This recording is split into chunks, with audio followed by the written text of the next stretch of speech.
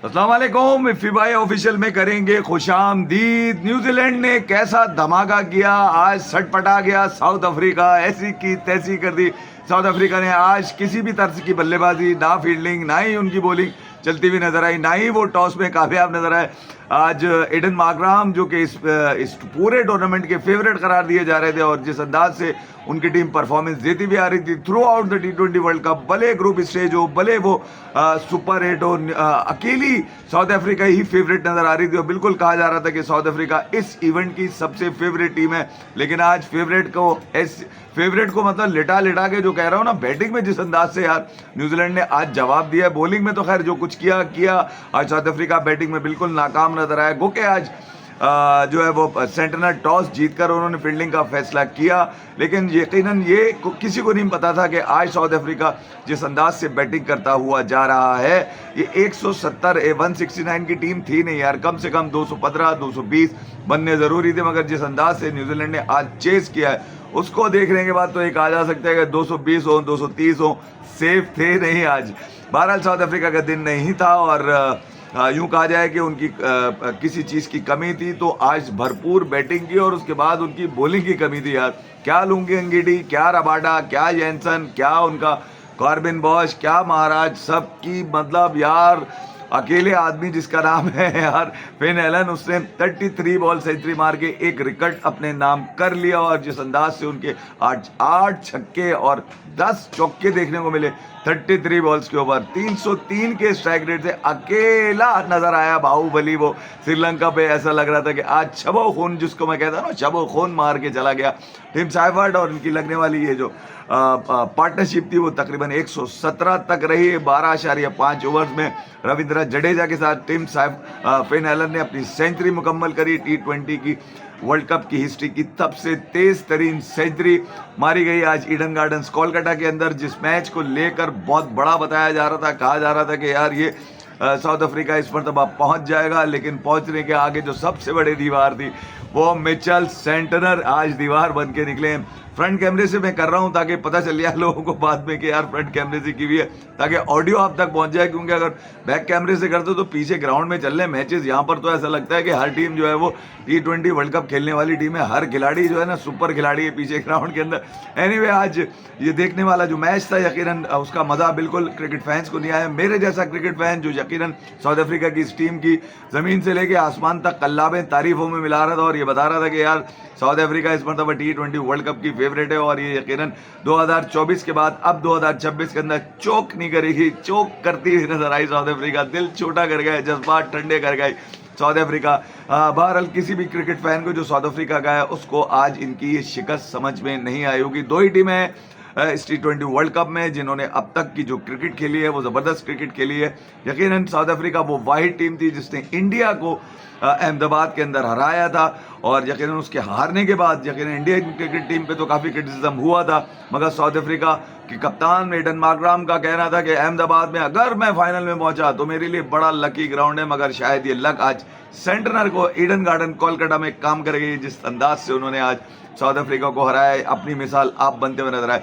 New Zealand इस T20 world cup के final को खेलने के लिए वानखेड़े के बाद होने वाले मैच के लिए बाद जो है वो यकीनन अहमदाबाद के अंदर इंतजार करेगी। वानखेड़े में आज होने वाले इस मैच में यकीनन जो कि खेला जाएगा इंग्लैंड और इंडिया के दरमियान, इंडिया फेवरेट करार दी जा रही है। कहा भी ये जा रहा था कि अगर कोई बेस्ट फेवरेट है सेकंड नंबर पे, मेरी नज़र में सेकंड नंबर पे वो इंडिया ही थी। यकीनन इन दोनों साउथ अफ्रीका या इंडिया में से किसी एक ने वर्ल्ड कप लेना था। साउथ अफ्रीका को तो तेल लगा के मारा है आज भिगो के न्यूजीलैंड ने, मगर ये कि आज जिस अंदाज से ये खेलते हुए नजर आए क्या कहते हैं न्यूजीलैंडर, यकीनन फाइनल के अंदर जो है वो कोई ना कोई गंद मचाने की कोशिश करेंगे। अहमदाबाद के अंदर कौन सी टीम पहुंचेगी वानखेड़े के अंदर, इंडिया या इंग्लैंड? आज यकीनन जिस अंदाज से ब्रूक्स जो उनके कप्तान हैं, जब उन्होंने वानखेड़े में प्रैक्टिस करने के बाद जो कुछ कहा वो यही कहा कि यार फेवरेट तो इंडिया ही है, इंडिया जो है वो हमसे अच्छी टीम है, हमसे बेटर क्रिकेट खेलती आ रही है, जबकि हमने भले वो ग्रुप स्टेज हो या फिर सुपर 8 हो वहाँ पर अच्छी कारकर्दगी नहीं दिखाई है। यकीनन इंग्लैंड को भी अब ये देखना होगा, अपनी सफ़ेद दुरुस्त करनी होंगी।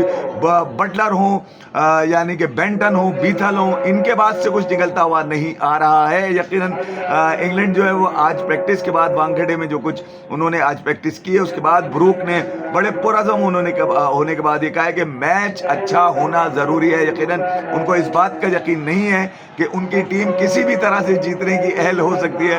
वानखेड़े में यकीनन कहीं ना कहीं इंडिया जो है वो 2022 का बदला लेता हुआ नजर आ रहा होगा, जहां सेमीफाइनल में एडिलेड में इंग्लैंड ने मार दिया था इंडिया को और फाइनल पाकिस्तान से खेला था और पाकिस्तान से जीत गए थे।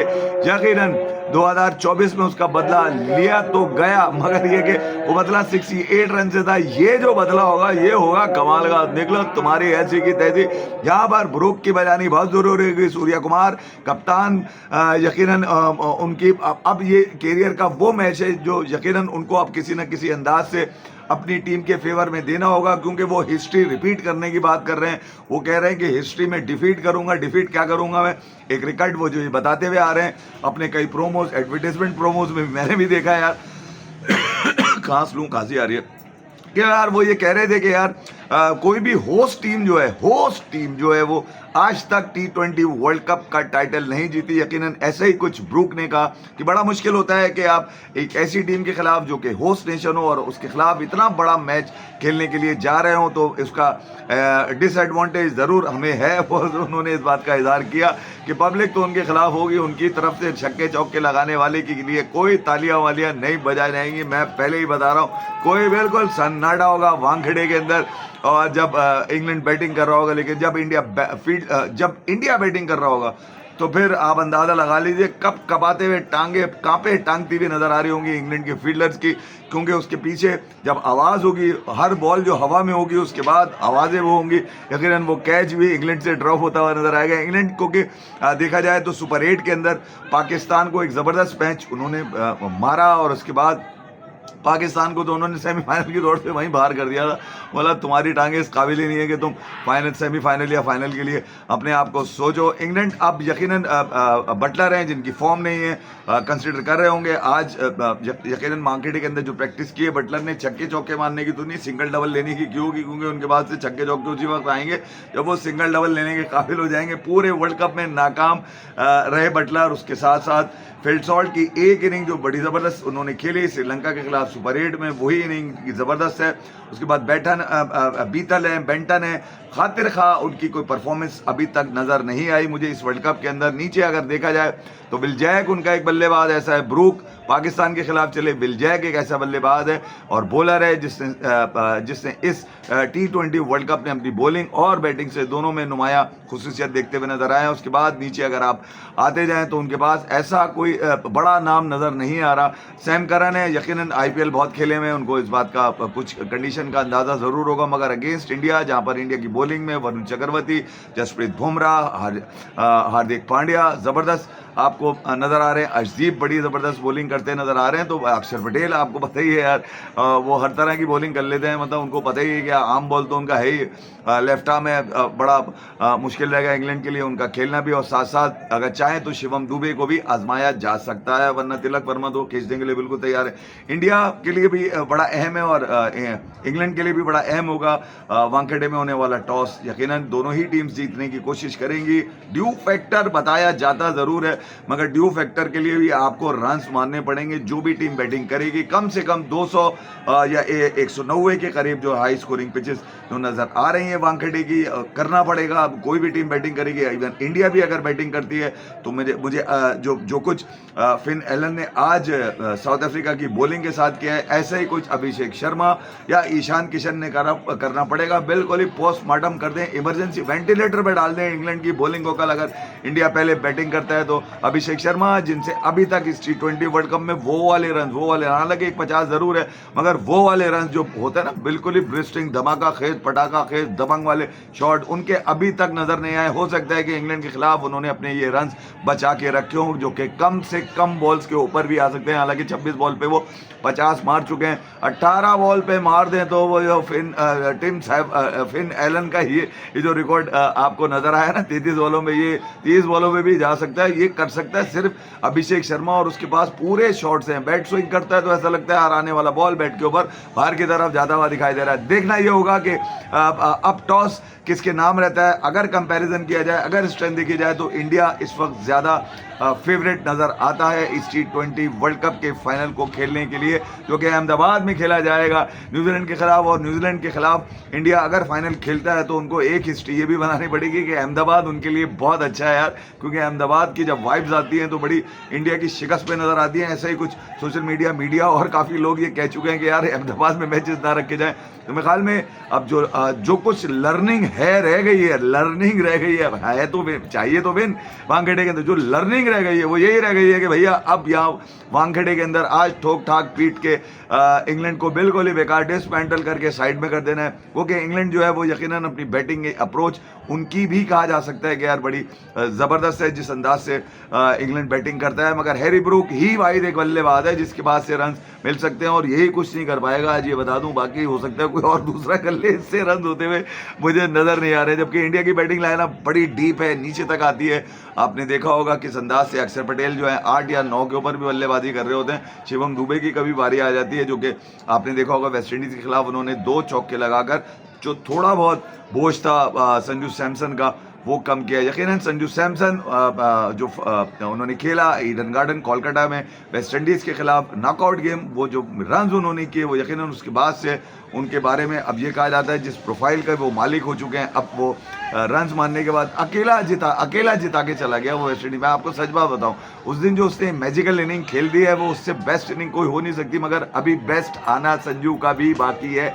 याद रखिएगा ये लौंडा जो जिम्बाब्वे के खिलाफ इन हुआ, उसके बाद वो नॉन स्टॉप जो है वो टीम के लिए रन्स करता हुआ आ रहा है, और सबसे अहम गेम में उसने रन्स मारे हैं जहां पर इंडिया की बैटिंग स्ट्रगल कर रही थी, भले सूर्य कुमार यादव हो, हार्दिक पांड्या हो या फिर तिलक वर्मा हो, उसके साथ साथ संजू, अभिषेक शर्मा, ईशान किशन उस दिन चिप इन जरूर करके गए थे, मगर वेस्ट इंडीज के अगेंस्ट अगर एक आदमी खड़ा रहा फौलाद की तरह और उसका नाम था संजू सैमसन, जो रिस्क फ्री इनिंग खेल के गया बगैर किसी हीलो हिज्जत के, उसने सिंगल हैंडेडली वेस्ट इंडीज के सारे बॉलर्स की सुजा के रख दी थी। अब बड़ा मुकाबला है, यकीनन इस बड़े मुकाबले के अंदर बड़ी बैटिंग लाइनअप जिसके पास है वो इंडिया है, और उसके साथ साथ इनकी बॉलिंग भी है। बड़ा फाइनल देखने का मजा उसी वक्त आएगा जब न्यूजीलैंड के अगेंस्ट इंडिया अहमदाबाद के अंदर फाइनल ठोकता हुआ नजर आएगा। लेकिन आज वानखेड़े में क्या होने वाला है इसके लिए बिल्कुल तैयार रहिएगा।